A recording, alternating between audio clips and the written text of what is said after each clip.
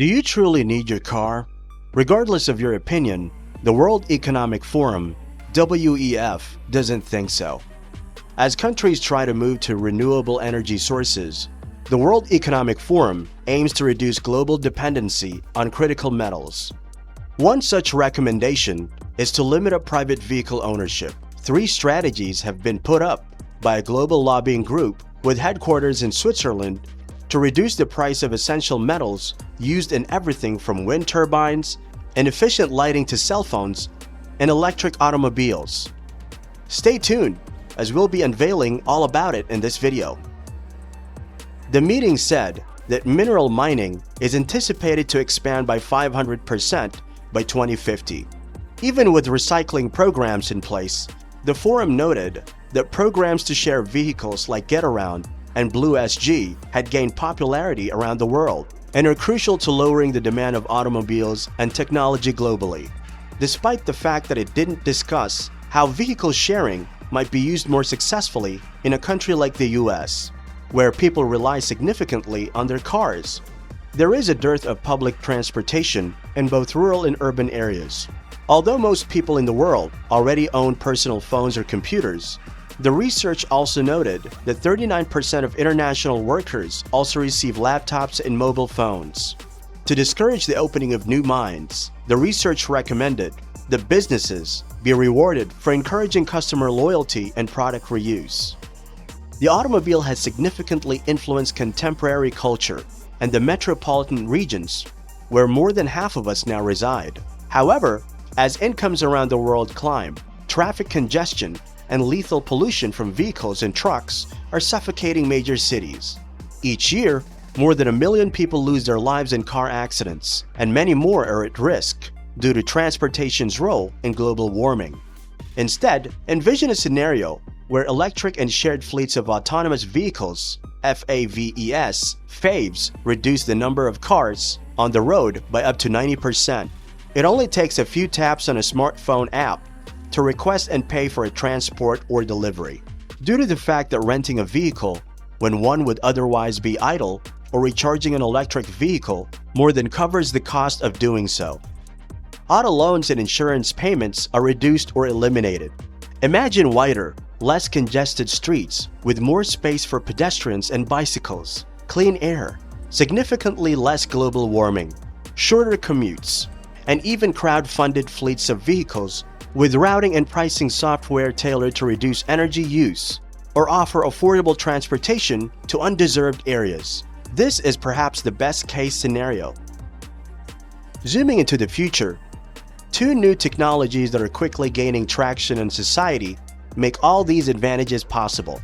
The first is the self-driving car, which is directed to the next customer by real-time passenger demands and to the quickest route by real-time traffic updates. The second is peer-to-peer, P2P transactions that use blockchain technology and are safe and secure, which eliminate or greatly reduce the need for centralized authorities like banks or ride-sharing services like Uber and Lyft. Owners will be able to rent out their automobiles directly under the terms and circumstances they decide, thanks to the security of blockchain. Travel expenses will be automatically debited from passengers' credit cards or blockchain-enabled digital wallets, with payment to the vehicle owner arriving instantly. The simple, safe sharing of not only automobiles, but also infrastructure like toll roads, charging stations, and parking lots will be made possible by access and identification tokens, P2P transaction, and other technologies. Each user will have a blockchain-enabled identity that carries proof of their age, identification, insurance coverage, and financial capability while also safeguarding their privacy, the secrecy of their payment methods, and their ability to travel anonymously and without sharing any personal information. Wherever the journey takes place, the smart contracts regulating these transactions will be built on standardized templates to ensure accurate, prompt tax collection and regulatory reporting. Both the foundational elements and the warning indicators for the new transportation regime are already visible. Some analysts believe completely autonomous vehicles could reduce US auto sales by 40%, even if manufacturers guarantee commercial sales of such vehicles by 2020. In order to substantially offset and at times perhaps exceed the monthly loan or lease cost, Tesla has announced plans to permit owners to loan their vehicles to a shared autonomous fleet while not in use.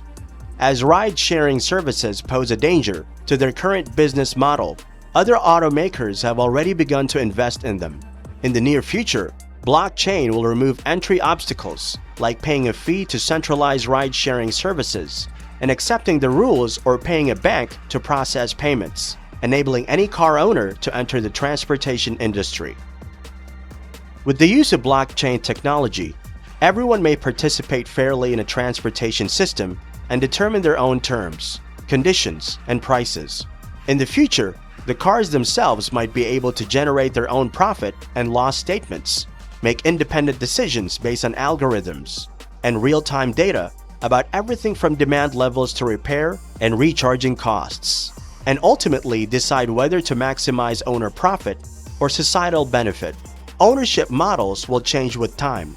Ownership and access of the vehicles will be tokenized by registering them on the blockchain, allowing owners to exchange their ownership stakes or usage rights in the vehicles directly over the blockchain without the need for intermediaries. There will always be some vehicles owned by people or organizations under the law.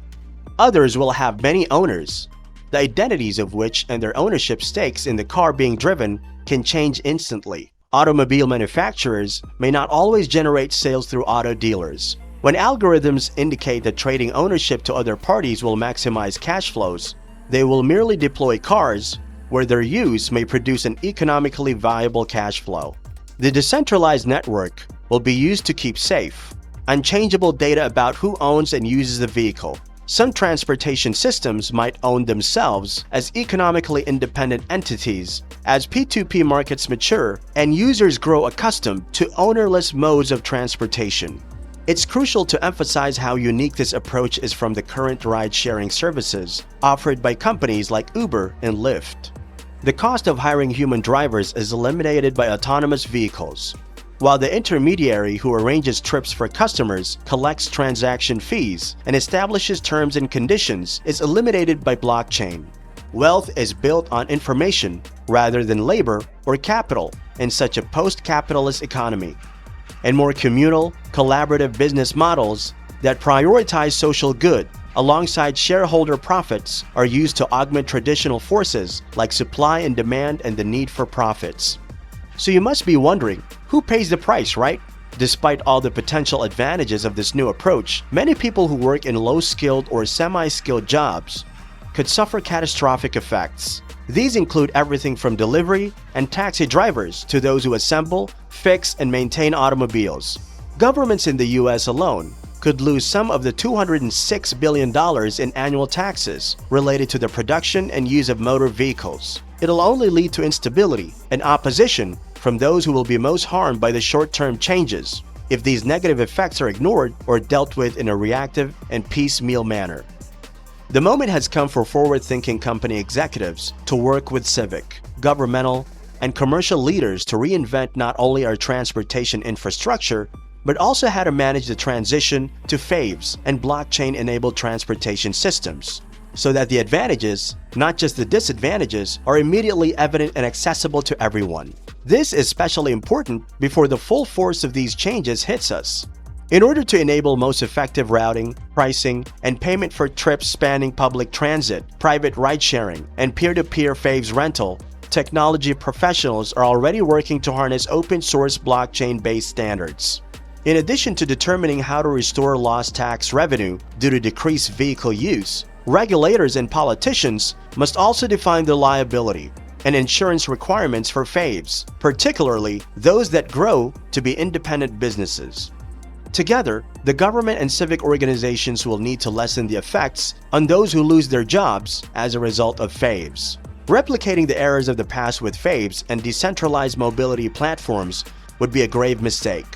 Given the benefits and risks involved, it is now necessary to start strategizing, planning, and taking action in order to alter our city's transportation systems in a way that serves every person in society.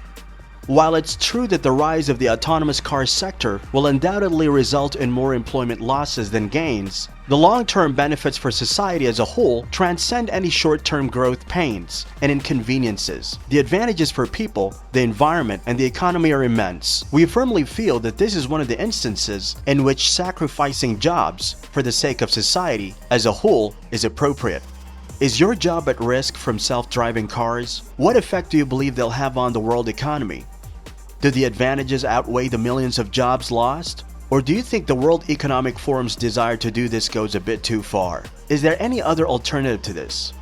Do let us know in the comment section below. Subscribe for more content, just like this one, and share it with your friends. Also, don't forget to smash that like button, and also press the bell icon to get notified about our new videos. Until then, bye-bye.